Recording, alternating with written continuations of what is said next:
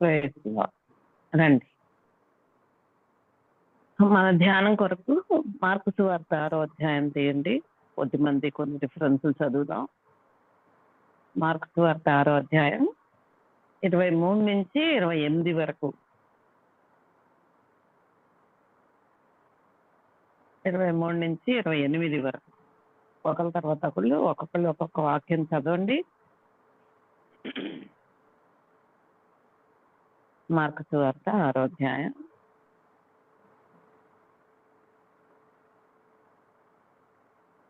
23 నుంచి 28 వరకు. మరియు నీవు నా రాజ్యములో సగం మట్టుకు ఏమి అడిగినను నీకిచ్చేదనని అతడు ఆమెతో ఒట్టు పెట్టుకొనెను. 24 కనుక ఆమె నేనేమి అడిగేదనని తన తల్లిని అడగగా ఆమె బాప్తిస్మమిచ్చు యోహాను తల అడుగుము అనెను. వెంటనే ఆమె త్వరగా రాజు వద్దకు వచ్చి బాప్తిస్మమిచ్చు యోహాను తల పళ్ళెములో పెట్టి ఇప్పుడే నాకెప్పగింపగోరుచున్నానని చెప్పాను. రాజు బహుగా దుఃఖపడెను గాని తాను పెట్టుకొనిన ఒట్టు నిమిత్తమును తనతో కూర్చుండి ఉన్న వారి నిమిత్తము ఆమెకు ఈయను అన నొల్లకపోయెను.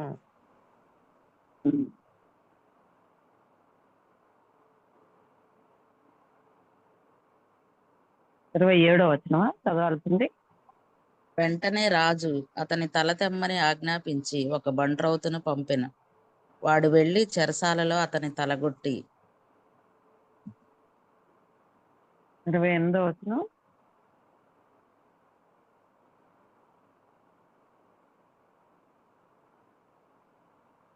చదవండి ఎవరైనా. పళ్ళెములో అతని తల పెట్టి తెచ్చి ఆ చిన్నదానికి ఇచ్చెను. ఆ చిన్నది తన తల్లికి ఇచ్చెను. అంటే బైబిల్లో భక్తి కలిగినటువంటి స్త్రీలతో పాటు ఇలాంటి క్రూరమైనటువంటి స్త్రీలను కూడా చూస్తాం మనం. ఈ అమ్మాయి పేరు కూడా రాయబడలా, హేరోదియ కుమార్తె అని రాయబడింది. చాలా మరి పెక్యూరియర్, ప్రత్యేకమైనటువంటి క్యారెక్టర్ బైబిల్లో. చాలా ప్రత్యేకమైన వ్యక్తిగా అనిపిస్తూ ఉంటది. డాన్స్ చేయడానికి డ్రెస్ వేసుకుంది, చంపడానికి డాన్స్ చేసింది, వాళ్ళ అమ్మని తల్లిని తృప్తిపరచడానికి చంపించింది. చాలా చిన్న వయసులో ఉన్నటువంటి పిల్లగానే మనం చూస్తా ఉన్నాం. చిన్న వయసులో ఉన్న అమ్మాయి, ఆమె యొక్క తలాంతు గురించి మనం ఆలోచిస్తే అక్కడ కూర్చున్నటువంటి ఆ గుంపుని కానీ రాజును కానీ ఎంత బాగా మరి ఇంప్రెస్ చేసింది అని అంటే, అంత చిన్న వయసులో రాజుని తన మాట ప్రకారంగా డాన్స్ చేయించేసింది. మరి రాజు దగ్గర నుంచి ఒక గొప్ప వాగ్దానాన్ని పొందుకోగలిగింది. ఎంతవరకు వాగ్దానం చేశాడంటే, సగం రాజ్యం నీకు ఇచ్చేస్తాను అనే వాగ్దానం చేశాడు రాజు.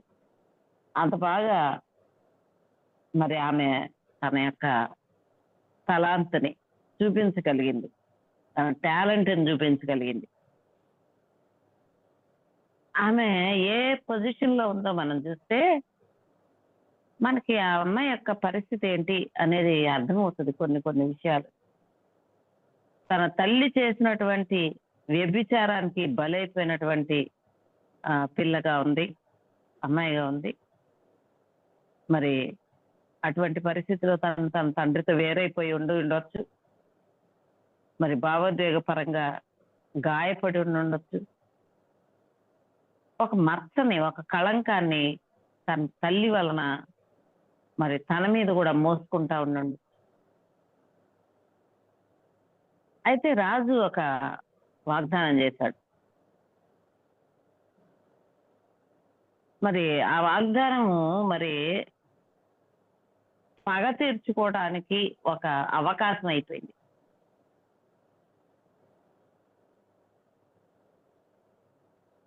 మరి ఈ అమ్మాయి నోరు తెరిచి మాట్లాడితే, ఒక్క మాట మాట్లాడినా గాని మరి తన తల్లి అయినటువంటి హేరోదియ యొక్క మరి దేవుణ్ణి దూషించేటువంటి జీవితంలోంచి బయటపడేదేమో తెలియదు మనకి.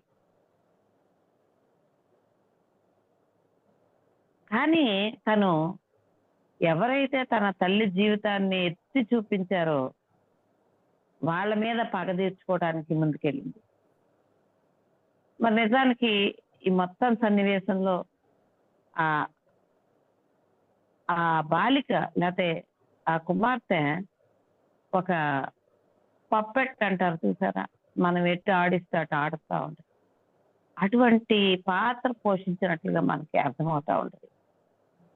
నిజమే, ఈ లోకంలో పాపానికి ఉన్నటువంటి బలం ఏంటో ఈ ఈ చిన్న అమ్మాయి జీవితాన్ని చూస్తే మనకు అర్థమవుతుంది. నిజమే, ఇంకొక సైడ్న మనం చూసినట్లయితే పాపానికి ఉన్న బలం ఏంటి అని అంటే, బాప్తిస్మం ఇచ్చే యోహాను యొక్క తల కొట్టగలగడం. ఎందుకంటే ఆయన తన పాపాన్ని ఎత్తి చూపించాడు కాబట్టి హేరోదియ పగబట్టింది. మరి ఇంకొక సైడ్ మనం కనుక చూస్తే కనుక ఆ చిన్న బాలిక జీవితం మీద ఆ పాపం యొక్క బలం ఎంతగా ఆక్రమించుకుందో చూస్తాం. ఆమె ఒక కీలు బొమ్మలాగా అయిపోయింది. తల్లి ఎలా చెప్తే అలా ఆడుతుంది ఆ చిన్న వయసులో. మరి కాళ్ళు నాట్యం చేస్తున్నాయి, తల మాత్రం అసలు ఆలోచించే స్థితిలో లేదు. బాడీ శరీరం యాక్టివ్ గానే ఉంది కానీ మైండ్ మాత్రం స్తంభించిపోయింది, స్తబ్దుగా అయిపోయింది. ఏం చేస్తున్నాం, ఏం అడుగుతున్నాము, నాకేం కావాలి, నేను ఎలా ఉన్నాను అనేటువంటి పరిస్థితి ఈ బాలిక జీవితంలో అస్సలు ఎక్కడా కూడా ఆ రకమైనటువంటి ఆ ఆలోచన శక్తి ఆ అమ్మాయిలో ఉన్నట్లుగా మనకు కనిపించదు. అంటే పాపం యొక్క బలం చూడండి.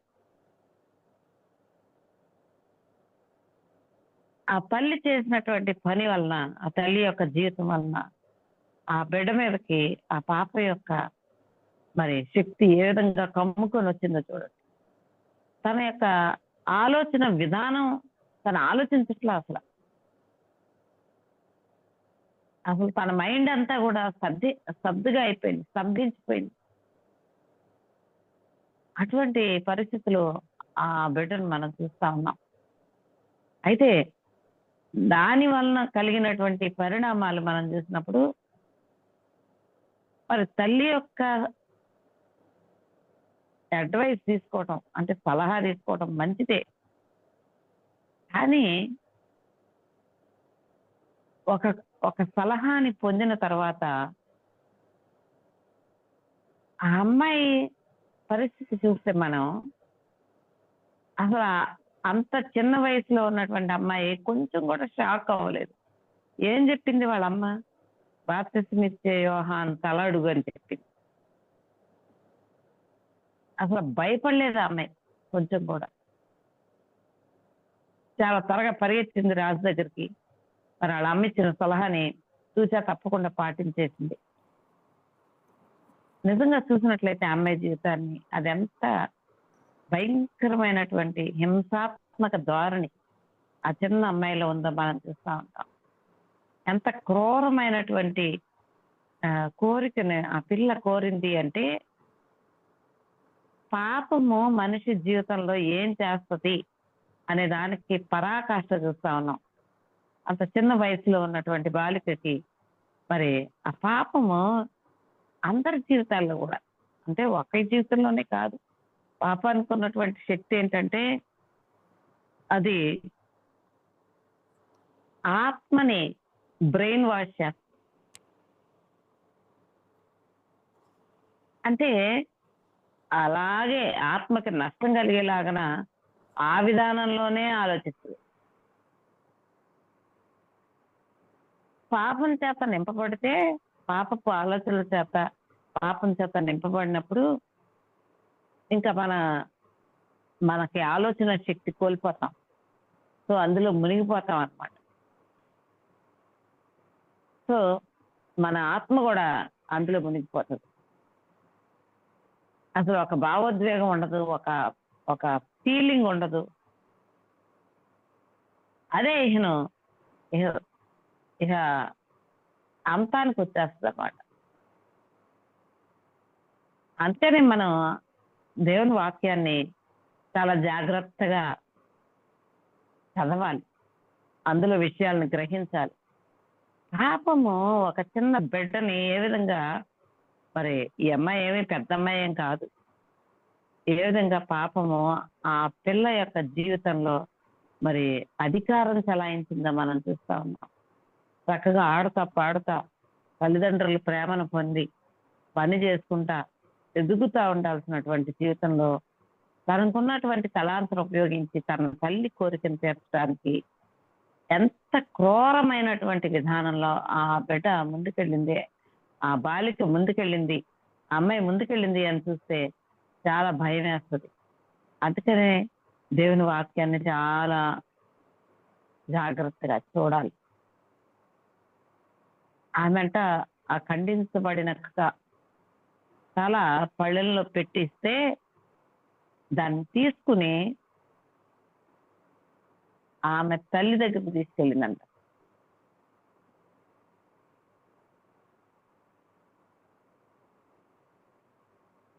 మరి ఒక సర్వెంట్ మోస్తుంటేనే, ఒక సైనికుడు మోస్తా ఉంటేనో తన తల్లి దగ్గర తను తీసుకెళ్ళింది. ఎంత క్రూరమైనటువంటి స్థితిలో అప్పుడే తల తెగి పడి ఉన్నటువంటి తలని, ఆ రక్తం కారుతున్నటువంటి తలని మరి పట్టుకోగలిగింది తను అని అంటే, చిన్నపిల్ల అమ్మాయి ఒక పనివాడితోనో ఒక సైనికుడితోనో పట్టించుకొని తీసుకెళ్ళా. కనీసం అటువంటి దృశ్యాలు చూడటానికి వయసు కలిగినటువంటి వారికే చాలా భయంగా ఉంటది. కానీ ఈ చిన్నపిల్ల మరి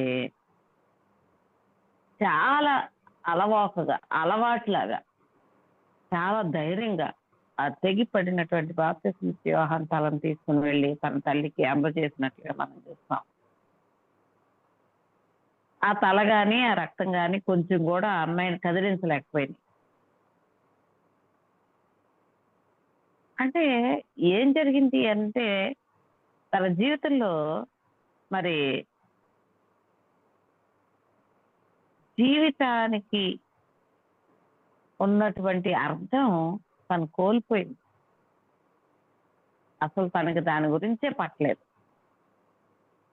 అంటే అంత చిన్న వయసులో ఎలా ఇది సాధ్యమైంది అని మనం క్వశ్చన్ వేసుకుంటే అది చాలా క్రూరమైనటువంటి విషయం కాదా? ఆ వయసులో ఆ రకంగా ఆ పిల్ల యొక్క మనసు ఆ విధంగా అయిపోవడం అనేది ఎంత క్రూరమైనటువంటి విషయమో అర్థం చేసుకోండి. అయితే ఆమెను మనం తీర్పు తీర్చడం కాదు, కానీ ఆమె ఒక ఉదాహరణ మాత్రమే.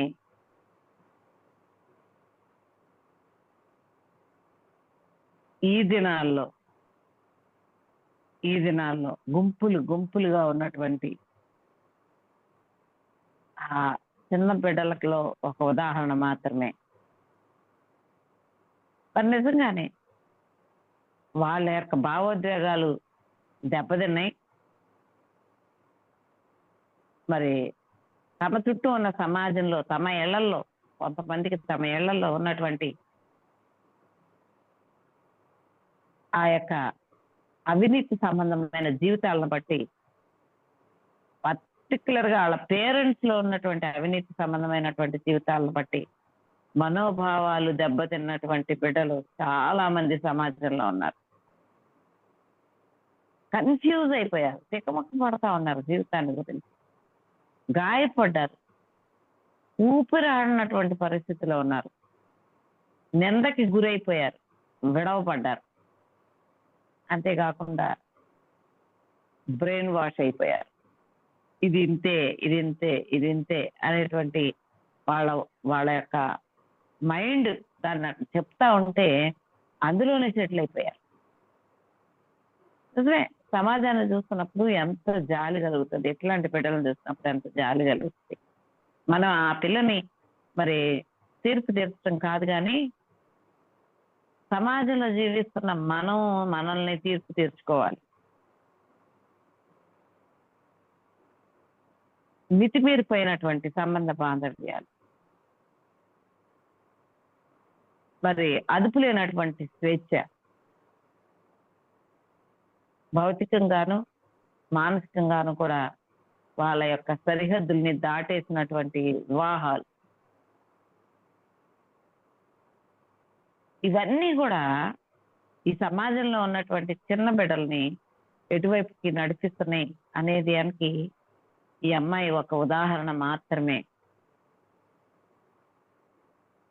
అందుకనే మన యొక్క వ్యక్తిగతమైనటువంటి, మానసికమైనటువంటి, భౌతికమైనటువంటి జీవితాలని పరిశీలన చేసుకోవాలి.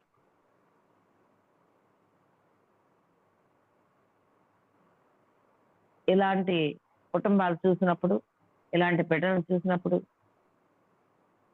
మరి మ్యారేజ్ అనే దాని యొక్క విలువని మనం ఒకసారి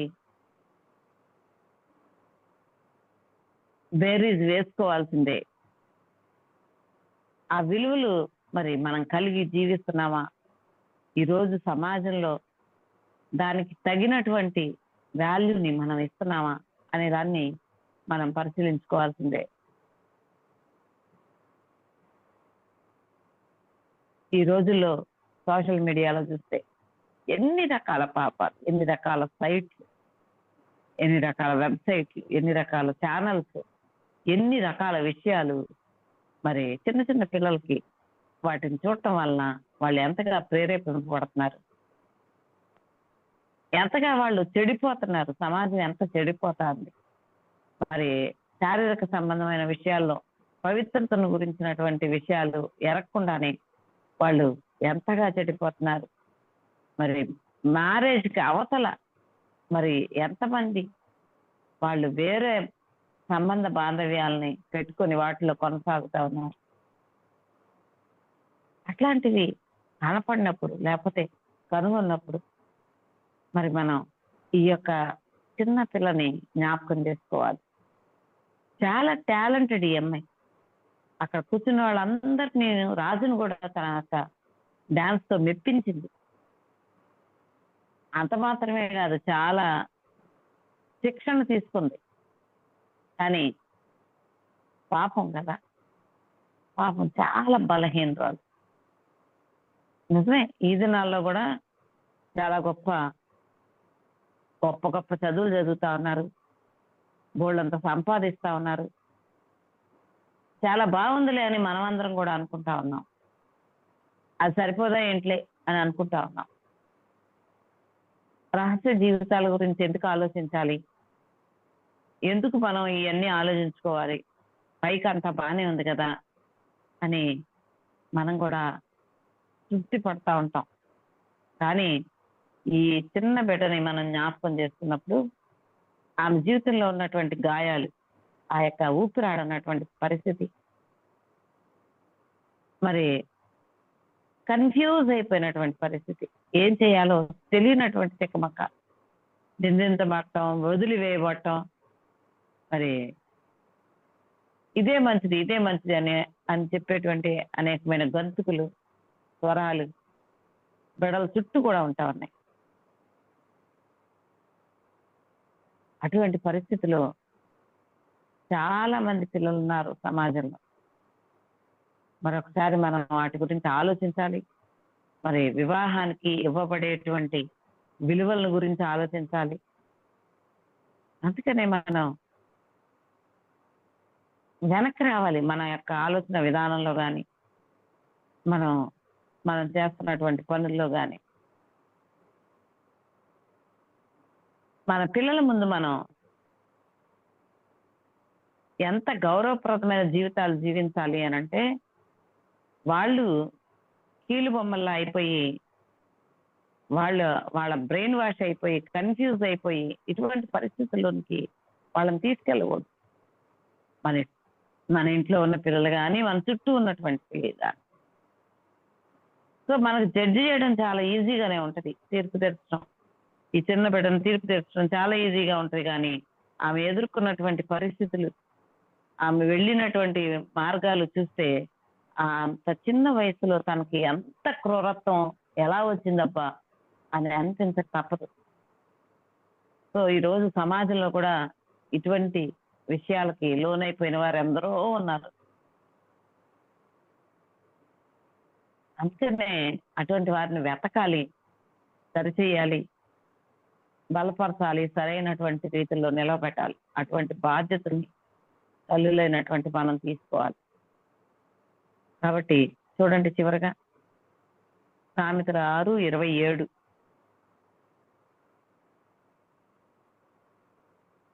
సామెతలు 6:27.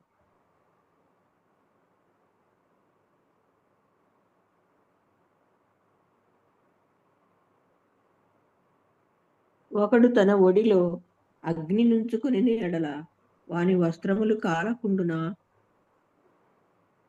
అది ఆ విషయం మనకు అందరికి తెలిసిందే, దేనికి రాశారు మాట అని. అంటే మన యొక్క సమాజంలో అనేక మంది తండ్రులు తల్లుల యొక్క దుష్ప్రవర్తన వలన, వాళ్ళ యొక్క సంబంధ బాంధవ్యాల వలన కుటుంబాలు ఎలా ఎఫెక్ట్ అవుతున్నాయో, పిల్లలు ఎలా ఎఫెక్ట్ అవుతున్నారో అనేది మనం చదువుకున్నటువంటి ఈ పాత్రలకి సంబంధించినటువంటి విషయం. మనం ఒక ఉదాహరణగా చూపిస్తా. ఎంత లేత వయసులో ఎంత ఎక్స్ట్రీమ్కి వెళ్ళిపోయింది ఈ పిల్ల అని చూస్తే. ఒళ్ళో నిప్పులు వేసుకుంటే కాలకుండా ఉంటాయా? ఆ తల్లి తన ఒళ్ళో పాపము వ్యభిచారం అనే నిప్పు పోసుకుంది. మరి కాలిపోయింది ఎవరు అని అంటే తన బిడ్డ. చాలా జాగ్రత్త ఈ విషయాల్లో, చాలా జాగ్రత్త. మన సంబంధ బాంధవ్యాలు ఎలాగున్నాయి, మనం ఎలా ముందుకెళ్తున్నాం, ఎలాంటి విషయాలు పిల్లలకి ఉదాహరణగా చూపిస్తున్నాం, ఎలాంటి విషయాలను బట్టి మన పిల్లలు మన కుటుంబాల్లో ఎఫెక్ట్ అవుతా ఉన్నారు. అంత బాగుంది అనుకునేటువంటి విషయాలు ఉండొచ్చు, కాదంట్లా. అంటే ఇలాంటి పరిస్థితులు అందరి జీవితాల్లో ఉంటాయని నేను చెప్పట్లా. కానీ మన చుట్టూ అనేకమైనటువంటి ఇట్లాంటి పరిస్థితులు ఉన్నాయి. కాబట్టి చాలా జాగ్రత్త, పిల్లల విషయంలో చాలా జాగ్రత్త. మనం ఏదైతే చేస్తామో, ఇక్కడ హెరోదియా వ్యభిచారం చేసింది, ఆ వ్యభిచారం యొక్క కారణం వలన కుమార్తె బలైపోయింది. కానీ మనం ఏదైతే పాపం చేస్తామో ఆ పాపం వలన మన ఇంటిలో దాని యొక్క ఫలితాన్ని చూస్తాం. కాబట్టి జాగ్రత్త. మన చుట్టూ కూడా మనం అనుకుంటాము మన ఇంట్లో ఏమీ లేదు కదా, మనకేం అవదలే అనుకుంటాం. అందుకనే పక్కన వారి యొక్క స్థితిని గురించి మనం పెద్దగా పట్టించుకోం. కానీ సమాజం పాడైపోతా ఉన్నప్పుడు, సమాజం పాపంతో నిండిపోతా ఉన్నప్పుడు, మన చుట్టూ ఉన్న కమ్యూనిటీ పాపంతో నిండిపోతా ఉన్నప్పుడు దాని ఛాయలు మన ఇంట్లో కూడా వస్తాయి అనే దాన్ని మనం గమనించాలి. మన పక్కనోడి ఇల్లు తగలబడతా ఉంటే ఆటోమేటిక్గా మన ఇల్లుకి కూడా అంటుకుంది. కాబట్టి వీటి విషయంలో జాగ్రత్త వహించాలి. మరి ప్రార్థనాపూర్వకంగా ఇట్లాంటి విషయాల్ని డీల్ చేయాలి. మరి మన చుట్టూ ఉన్న సమాజాన్ని అట్లీస్ట్ మనకు చాలా దగ్గరగా క్లోజ్గా ఉన్న కమ్యూనిటీలో ఉన్నటువంటి విషయాల్లో మనం అర్థం చేసుకుని ఉండాలి. వాటిని దాన్ని సరైనటువంటి విధానంలో మనం డీల్ చేయాలి. అవన్నీ చిన్న విషయాలేం కాదు, కానీ ప్రార్థనాపూర్వకంగా జాగ్రత్తగా వాటిని మనం డీల్ చేయాల్సినటువంటి అవసరతలు ఉన్నాయి. మన బిడ్డల చుట్టూ కంచె వేసుకోవాల్సినటువంటి అవసరతలు ఉన్నాయి. ఈవెన్ మన జీవితంలో కూడా మరి చిన్న చిన్న విషయాలు కానీ పెద్దవి కానీ కనపడతా ఉన్నప్పుడు వెంటనే వెనక్కి రావాలి.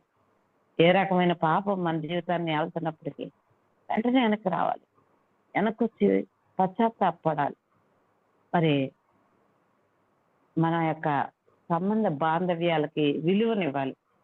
అప్పుడే మరి మన ఇంట్లో మన బిడ్డలు సరైనటువంటి విధానంలో పెరుగుతారు. ఈ ఈ చిన్న పిల్లలాగా మనకు ఉదాహరణగా తీసుకొచ్చిన చిన్న పిల్లలాగా అలాంటి హింసాత్మకంగా మరి గాయపడినటువంటి స్థితిలో జీవించడం దేవుడు ఈ హెచ్చరికల్ని మనందరి జీవితాల్లో మనం తీసుకొని దాన్ని పాటించినట్లు సహాయం చేయండి.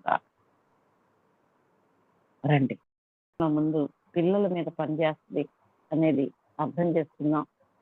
కాబట్టి జాగ్రత్త పడదాం.